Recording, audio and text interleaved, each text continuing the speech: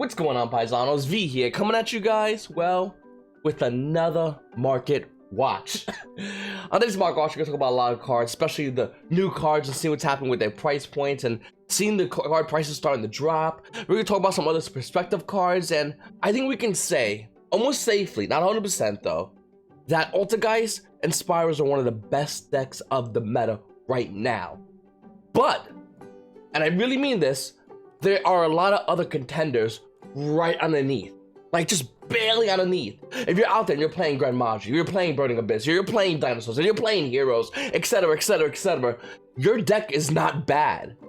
Your deck has just as much as the opportunity to become the best deck of the meta. And that's something I think a lot of decks, if you are already playing Altergeist, or if you're already playing Spirals, you have to keep that into consideration. You're not the be-all end-all. There's always someone right underneath ready to lay you out who's been playing to play against your deck. And like I said, I'll get into that in this video about some of these decks. Before we do, guys, please make sure to subscribe button, hit the like button, and comment down below. I really haven't had time to make videos in the past 2 days, and then, to be honest with you, I've been doing some stuff personally in my life, and as well as the market. I want to see what happens. I don't want to keep going back and looking at Ignition Assault every single day just to see the prices be modified a little bit. Once again, all the prices on the market have not been fully hit yet. We haven't seen everything fully change. This is a little bit afterwards, so we can see where things are. And then I'm gonna give you my take on what's gonna happen with some of these prices, like Sky Sugar Ace Rose, the Prismatic, with a $589 market price. The value of it's roughly around $7. After that one's gone, it's about $800. But to be honest with you, we know this card's not gonna maintain. Even the Prismatic should not maintain this high of a price point. It makes zero sense. The card was almost $1,000 before the pre-release. Or sneak peek, I always forget which one to call it, but it was before that. So look at this card right now and how it is. It doesn't make any sense. This is actually Prismatic. It's going to be going down heavily. Now, if we look at Lightning Storm Prismatic, it probably will go up. Even though I'm not a big fan of this card in the main deck as a Prismatic, the people are holding this card. You're holding a $600, almost a $600 main deck Lightning Storm Prismatic, or even in the side deck. It's kind of crazy. With that said, I want to for myself at least, but the card is pretty crazy to be about $600 to be played in the main deck. The thing is why, once again, Appaloosa and Ivy Masquerade was so much money is because they're in the extra deck, so you weren't really physically grabbing them and using them and shuffling them as much. So that's kind of the big takeaway. I think this is the first time for a lot of Yu-Gi-Oh players that we're gonna get a card like Lightning Storm that I think is gonna be in the side and then eventually come in the main. Maybe it won't be in the main for a lot of players, but it's going to see that main deck play, that main deck continuous shuffle, which is definitely going to lower the value of this card by itself. By proxy, the value of the card will get lowered as you can play this Prismatic in their main decks. So yeah, I don't think this card's going to maintain a high price point, but this will be the highest price card in Ignition Assault. Then we have also the Earth Charmer. It's about $300 rough right now. We have Time Thief Perpetua being almost around $400, and then boom, right into the meat and berries. Lightning Storm from Ignition Assault is holding a $104 market price. The current price point is $115. I don't know what to say, Paisanos. This card's not going to maintain $115. It's just not that good. In fact, in this video, we'll talk about other cards that are around this price point that are good, that do maintain this high price point. Lightning Storm, it's not going to do it. I'm sorry. If you're out there and you're going, yeah, Lightning Storm could only go higher. Lightning Storm, it's going to hit $150, $200 for this card. It's not. It's just not going to do it. This is a lot of money. And for this card, and even though it's a great card, don't get me wrong, it does not merit $115. This card's price point will drop down in value. You could do whatever, you know, with that foundation, but I'm just throwing it out there for you guys. And once again, I don't own any of this card yet. Even when I do own this card, it's still the same factor, because I'm looking to play. I'm a competitive Yu-Gi-Oh player.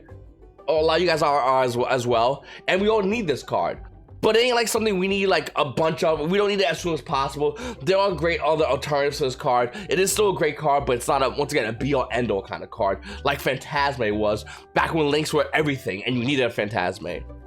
Other cards, we have Gizmic Kaka, the Supreme Shining Stag. This card's about $35, a little bit lower than its $40 market price.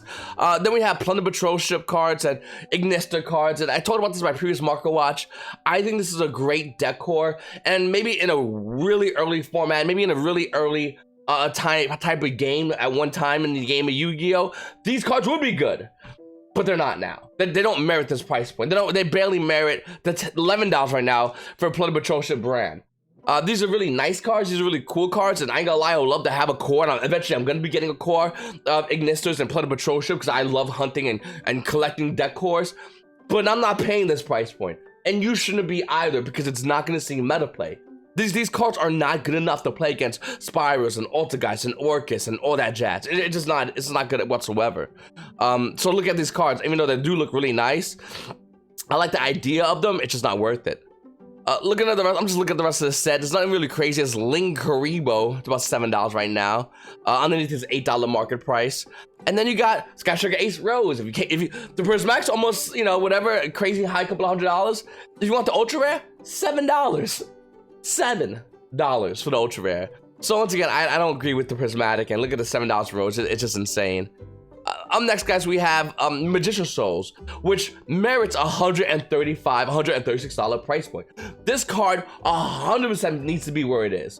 I don't like it. I wish it was cheaper. But the reason why it's so high is because look at this previous weekend, look at a lot of Yu-Gi-Oh players I personally been talking to that play competitive Yu-Gi-Oh. Look into a lot of profiles online. It's almost like as if everybody is either playing Spirals or fill in the blank of a deck that beats Spirals, featuring certain cards. I'll talk about this market watch.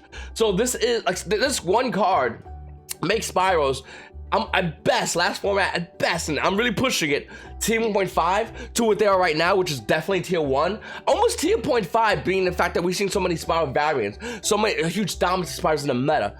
So this is why this card is gonna have a high price point. Now, can this card's price go down? Probably. I think it's gonna be able to go down. I mean, even though it's legendary duelist card, if this card does not continue Spirals being a dominant deck, let's say other decks start coming out, let's say other decks start really grabbing on Spirals and push them to the side, because a lot of Yu-Gi-Oh players are not gonna see what's the weakness against Spirals. Everyone's posting online Spiral deck files, the different Spiral builds, and everyone that's building a deck that's playing against Spirals is gonna know what to play against. So once again, you're either playing Spirals, playing 3 of this card, and then the rest of the deck, or you're playing against it, and a lot of Yu-Gi-Oh players, I feel, might not continue to hold on to Spirals. They might hold on to other decks, and a lot of other options out there. In fact, common question of the day: what deck are you playing right now? I should have asked it a little bit early in the video, but seriously, what deck are you playing right now? What do you feel most comfortable with, and how do you feel against Spirals, against Altergeist, against all these amazing top tier decks? Can you consistently take them down? Because if you can do 1 or 2, if you can play against this exact build of Spirals, you're good. You have to be able to play against multiple variances of the builds of Spirals. You have to be able to play against control decks like Altergeist and Guru Control. You have to be able to play against these decks, or you will lose to these decks consistently. And once again, that's the reason it's consistent, because if you go to regionals, you go to YCS, you go to UDS, you need to do enough to at least win the event, top the event, get up in there. So that's why I say that. But that's definitely a common question of the day. Once again, guys, if you're new to the channel, please make sure to hit the subscribe button. If you're looking to buy any of these cards online, click in the description below for my TCG player link. Looking at Elemental Hero Liquid Soldier, a card which was insanely high in value, holding a $56 market price. Liquid Soldier's value is about $54, we'll even say $55 to be generous. Liquid Soldier is just dropping in value. Heroes are dropping in value front end. I'll get to that in a second. Then you got over here Sunrise. It's about $556. Only really one of these. This card had a crazy high pre-order, but now it doesn't matter. Then we have a card like Naturia Beast. Now, Dual Tournament 2 Naturia Beast is about $46. After that one is sold, it's about around $50 for the Dual Tournament 2 Naturia. This is the highest price Naturia Beast. Then you had to hit an Arsenal one, being roughly around like $9, still higher than its $5 market price. Naturia Beast Ultra Rare coming at Electric Collection 5. These is like $2. And by the way, these all were value for Naturia Beast up until Naturia Beast got reprinted in Dual Power, where it's barely about $1 for the Ultra Rare version. Now, once again, the reason why Naturia Beast is starting to go up in value, the reason why a lot of Yu-Gi-Oh players are looking at Naturia Beast is because how easily Spirals can make this card. Not only they can make this card easily, but they can make this card and do a lot of other crazy things. They can make this card, they can make the other Synchro guy, the level 8 dragon, Borlo Cyrus dragon. They can make that. They can do a lot of things, not just make a Tri-Gate negate board. If this weekend proved anything, they can do way more than just that. They can definitely do that, which is absolutely broken. But they definitely could do this as well, which is also very much broken. And that's why I feel like, you know, not that I want Strikers to come back. I'm not saying that. I would never say that. But if Strikers was to come back, even if Strikers was to see any kind of play right now, if you are a Striker player, realize that there are Spiral builds playing the Naturia Beast. That's like, okay, you're Strikers, cool. I'm gonna go to Naturia Beast. And I'm gonna do other things as well. But you gotta get over this, or you're just not playing Yu-Gi-Oh! This card literally is broken. And another card that not a lot of Yu-Gi-Oh players are playing, but I still think is really good, is Glow Up Bulb. Global Ultimate Rare had a Starship Black. I didn't even get my copy of this yet. It's holding a $55 market price. Lightly played first editions are roughly around $57 for this card. This card's insane, and I really do like this card a lot, and I think this card's definitely gonna see future play, whether it be in Spyros or just in the long-term future. I think this card is really good. It has a lot of potential. And then we have number 27, Dreadnought Dreadnoid. A couple of days ago, this card, and if you're part of the Mark Watch Facebook group, if you're not, check out my links in the description down below to join it. But number 27, Dreadnought Dreadnoid, was like bought out. There was only one listing for like $65. The current market price of the card is roughly around $12. And then we look at over here, it's roughly around $20 to $22 at most of this card.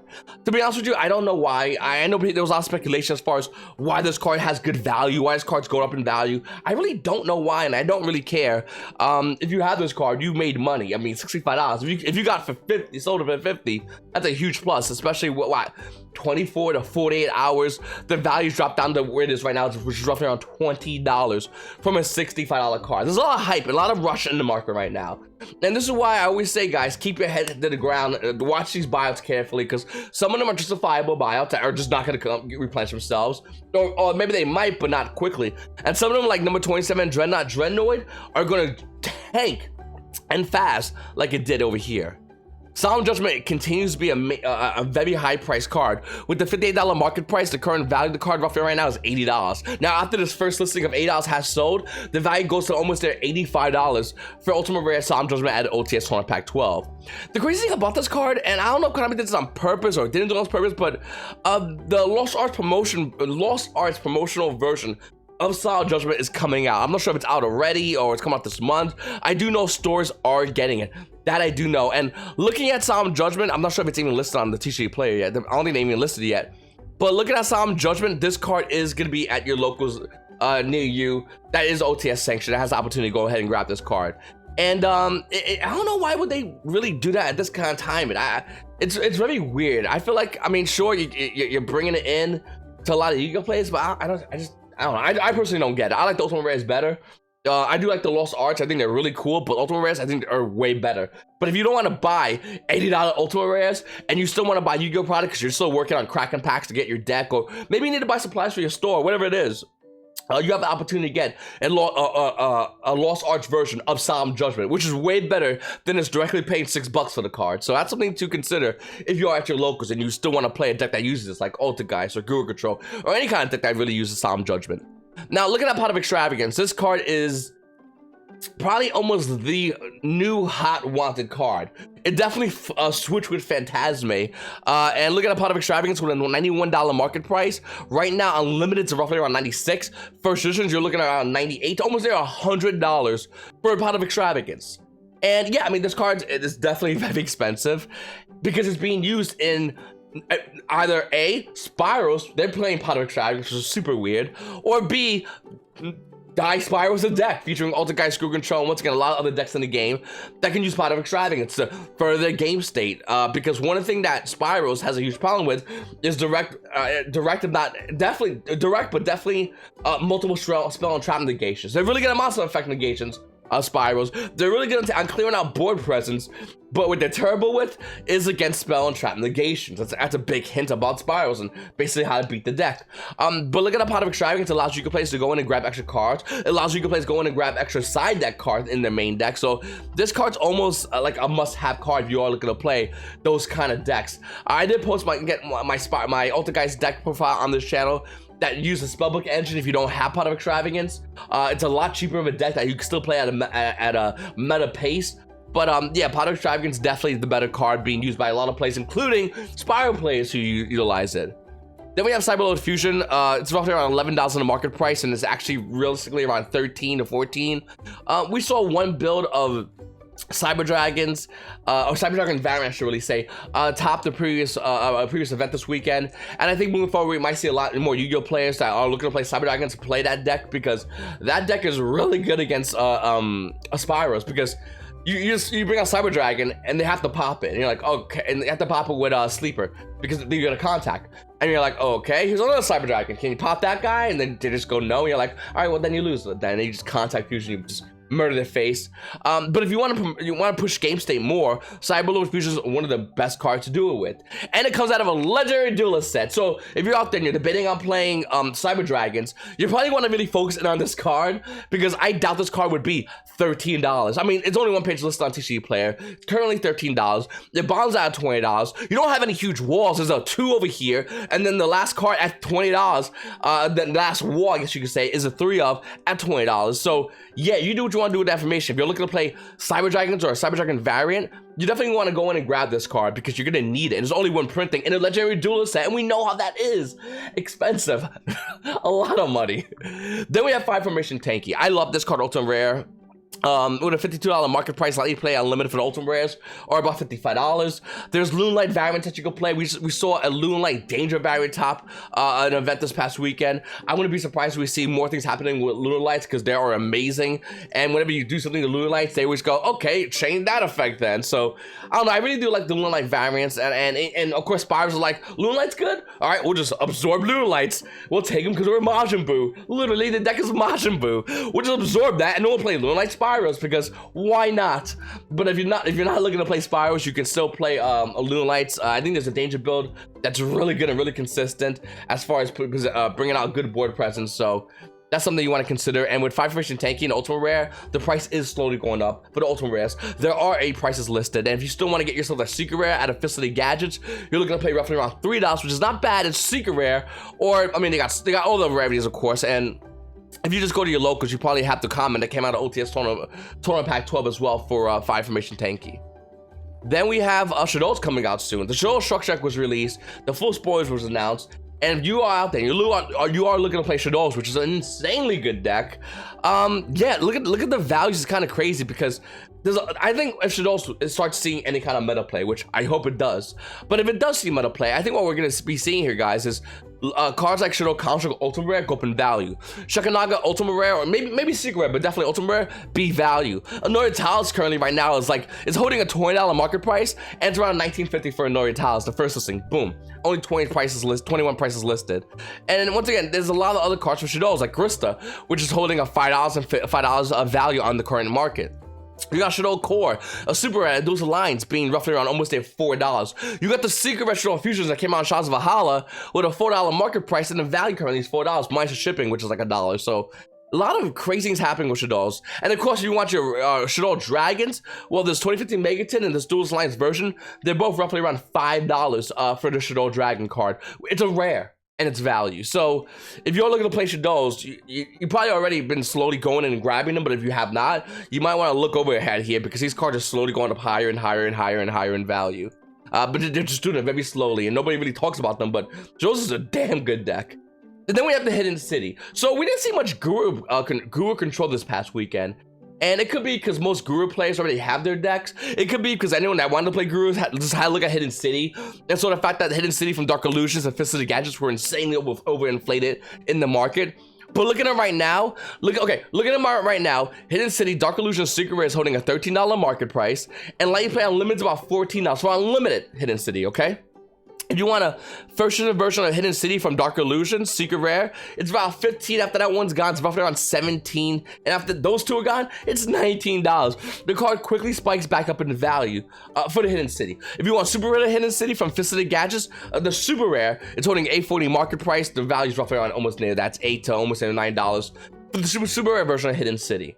So once again, I think I'm still gonna say I think Ultra is better than Guru's Control, but Guru's really good still. Like when you play against Guru, it's not like, oh wow, you can't play Ultra Guys. No, this deck can easily light you up. If it goes first, or almost the correct hand, it's almost impossible to beat Guru Control. In fact, Guru Control doesn't care about Prismatic.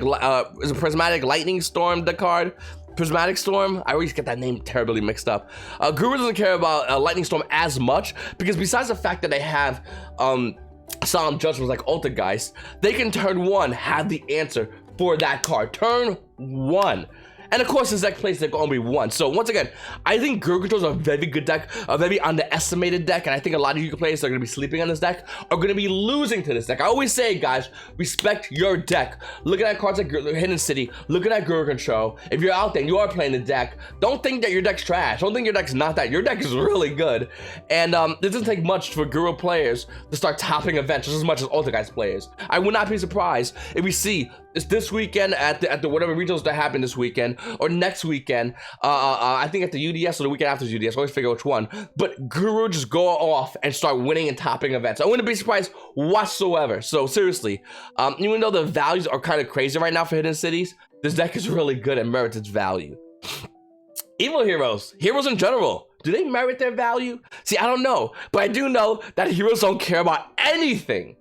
People hit me up on Instagram a lot, and I try to respond to everyone's messages on Instagram as fast as possible, but I get a lot of people hitting me up going to V, which I do with heroes, and they just want me to say for them to keep it. Like, you ever talk to somebody, and you go, hey man, I don't know, I'm debating on buying this, I don't know if I want to buy it or don't want to buy it, and you go, don't buy it, and they go, ah, and then they tell you why they should buy it, and then they buy it. They did not, I'm like stuttering a lot today, but they did not want to hear you say don't buy it. They wanted you to say to buy it. So you be that little over the edge to get for them to go get it and feel a little bit more safer in their mind.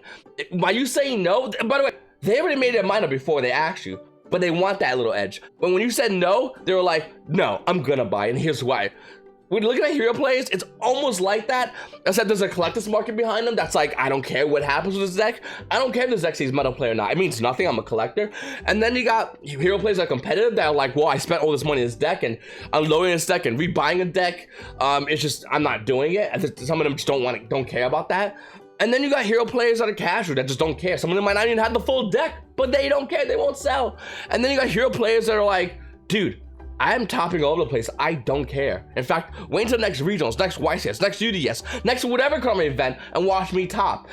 That's what's happening right now with heroes. They're all over the place. Unlike Spiral players who are like, we'll top, and then they just go and they go, bleh, and they top. Ultra Guest players and all that. Hero players don't have anything to show, point that specifically and go, see, look, we have a huge dominance. They don't have that, but they are a good deck. And once again, just like Guru, they do need to be respected. Do they need to merit these insanely high values? No, I did not say that, because that's not true. Here, Evil Hero just to go with $138 market price should not be $130. That makes zero sense. Evil Hero Malicious Bane with $102 for the card for its current market price. Wait for TT player loads. $102 should not merit. Where is it? It's gonna be over 100, right? Oh, around $100. This should not be a thing. Now, yeah, it's less than its market price by a couple of dollars, but realistically, it's just hovering.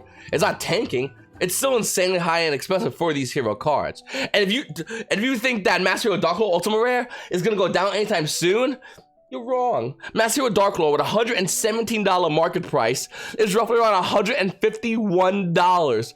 Dude, no one in the hero camp is like, we didn't top this weekend. I don't care. Like, literally, I don't care. Like, some other decks might like kind of worry about it. Some of the players that play certain decks might go, all right, what's going on with those guys? So what's going on with the spirals? They might do that. Hero players are like, we didn't top. We got absolutely destroyed. Every single hero player drop round one. Screw them. I'm a hero. I don't need those. Like, there's no sidekicks in heroes. It's just not a thing. And I kind of like and respect hero players because of that. I don't know, something about that both entertains me, and besides the fact that I love the hero market, it confuses me. And yeah, I have hope for you hero players. Hopefully you'll top. With that said, guys, looking at evenly matched is probably one of the best cards of the meta. I said it way early. I think it was my first market watch after the bans. I said, this is, you either run this card or you've gotten run over by this card. This is one of the best cards of the meta. And we're seeing a lot of Yu-Gi-Oh players starting to main this. Some of you can play sided, which I think is hilarious. I think anyone who sides evenly matched, and you're at your locals, you go into your locals. If anyone's siding evenly matched, ask them, go, what match do you not put this card in for? And what did they say? You just go, wrong, the card's good in that. Because it really is. I think evenly matched might not be good, maybe in pendulums, I guess, maybe. But even then, the card's insane. But look at the evenly match right now. 2018 Megatins. Market price is roughly around $21. And the current price point of the 2018 Megatin evenly match, $25. Evenly match original print at Circuit Break, $19. And lightly played first editions, $24. The Ultra Rad dual power with a $16 market price, $21. I don't know why my voice said that, but it's $21. Of course, evenly match is going to be bought out. And by the way, let's go with the price listings. 11 prices, 8 prices, and 4 prices. Of course that's happening. Once again, guys, this card's insane. If you don't have this card and you don't think this card's needed, you're just gonna lose this card. A lot of Yu-Gi-Oh players out there that are looking to play competitive Yu-Gi-Oh, even at local level at this point, evenly match for the most part blows through a lot of deck. And if you're out there and you think that this card's not that good, you're probably gonna lose to it. Or maybe you can play like, I don't know, 7 tools of the band in your main to stop evenly match. I mean, you know, it's getting to the point where Yu-Gi-Oh players are starting to side in Solemn Judgment, not only because of other blowout cards, but also evenly match as well. And then we have Ultra Protocol. Can I just have a quick moment with all my Ultra players? Like everyone that's not playing Ultra, just give me like 30 seconds. If you're an Ultra player, because I'm already seeing it happen, it's blowing my mind because this is so stupid. If you're an Ultra player and you're playing one Protocol, you lose to the mirror. That's simple. It's that simple. This card is amazing in the mirror. In fact, the mirror is basically a game of who can not only resolve Protocol, but who can keep Protocol on board. Anyone who plays one Ultra Protocol is asking for an ass whooping in the mirror. And I don't understand this. I mean, like, this card's pretty, have you read this card, Ultra players? This card's really good. And the ratio should always be at least 2 Protocol. We can always discuss Manifestation, but at least 2 Protocol. When you play 1 Protocol, you say, I'm really good against a lot of players because my hands, my ratios of my hands aren't that crazy. But the mirror, I lose to that mirror. Don't do that. Don't be that guy, okay? If you're out there and you're looking to play the 2 best decks, which once again I think is going to be currently right now, Spirals and Ultra guys, you better damn know how to play against the mirror. Stuttering a lot. Because if you don't, you lose to it. You don't respect it, you lose to it. It's that simple. And yeah, I don't know why. So like once again, if you're running 1 Protocol, you're just gonna lose to the mirror all day long. If they resolve that card before you because they have a higher ratio of doing it, well, guess you just die. Then we have other cards like Traptrix coming out of Soul Fusion, Secret Rare with a $12 market price. This value's already starting to go up already. Unlimited versions are $16. If you want a first edition version, almost say $20 for the Secret version of Traptrix. I keep an eye on this card because I think this card is so broken. I don't understand why this card was printed whatsoever. If you want to grab yourself a 2019 Megatin version, the market price is almost around $9, and the current price point is about $9. This card is absolutely insane. I think this is a phenomenal card. I currently own 2. I need to get a 3rd myself, and I really think if you're out there, you want to play control deck, maybe a mid-range, but definitely control, I think you need to grab yourself some of these cards as well. And by the way, Grand Module players, where are you? Like seriously. Grand Module should be up there with all these decks. And the reason I have not been announcing it because I personally hate this deck, but it's a good deck. Like just because I don't like a deck doesn't mean I don't think it's a good deck. This is an insanely good deck, and this is not up there. I really don't know why. Current value of Grand Module, by the way, OTS 1 Pack 12 is a $2 market price. The value is about $2. Another thing I like about Grand Module is they run this card, which is good against control. So not only is Grand Module just naturally good against Spirals, I think it is. Right? Am I wrong? Is it maybe something I don't know about? But Grand Module is also good against Inspector Border. So you drop Inspector Border, and then, you know, pretty good Yu-Gi-Oh! Your opponent has to overextend in order to create cards in that extra deck, while you're just sitting there with Grand Module smiling at them. So I don't understand why. In fact, look at that Inspector Border, by the way. Secret Rare at Extreme Forces, $3 market price. A limited version is about $2. You want a first edition version is about $3. This card is dirt cheap. Has a bunch of printings, but you want a Secret Rare version, it comes out Extreme Force. Once again, Grand Module players, what are you doing? Get to work. Like, you should be winning events. You should at least be bodying Ultra and Spirals. I don't know about those other decks. I think Grand Module players have a hard problem against a lot of other decks in the game. I'll give them that. But against like Ultra and Spirals, oh dude, you guys should be at least putting in some work. I don't know if you can win all those matches, but I think you have a good shot. I'm not rooting for you. I'm rooting for Heroes, but you know, you guys are there. I acknowledge you. Anyway, Paisanos, I really appreciate you guys watching my videos. Please make sure to subscribe already. I gotta go for operation actually next week. I gotta get some teeth removed, so I might pre-record some videos. I don't know, maybe I will do that. I might do some deck files for you guys. There's a regional this weekend. I'm debating on going to. I'm not sure if I can. because I really do gotta focus on, like, you know, operation. I'm getting put on, they're getting like 4 teeth removed, so that's a thing. And then we got the UDS, which I'm really excited about. I actually bought my plane tickets and everything like that. I will not be going to, in case anyone want to know, the YCS 33 in Las Vegas. I personally don't have anyone I can go with, a team, and I don't want to show up there and just hang around, even though I would love to do that. But Konami will not let me record anything, you know, because content creators can't record because Konami has an archaic law. And by the way, Konami, if you are watching this, I looked up the law about Oklahoma. It's a single party consent law for recording. So Konami, once again, I posted on Facebook, I'll say it here, please allow us content creators to record the UDS. It's one of my favorite events of the year. And before I went to a UDS, I did not want to go to UDS. It's that simple. And I think a lot of you players will want to go, especially if they can see how it looks on the inside, how the events look, and how the events are ran. I think it'll be a huge opportunity, not only to showcase the UDS, which is probably one of my favorite events of the year.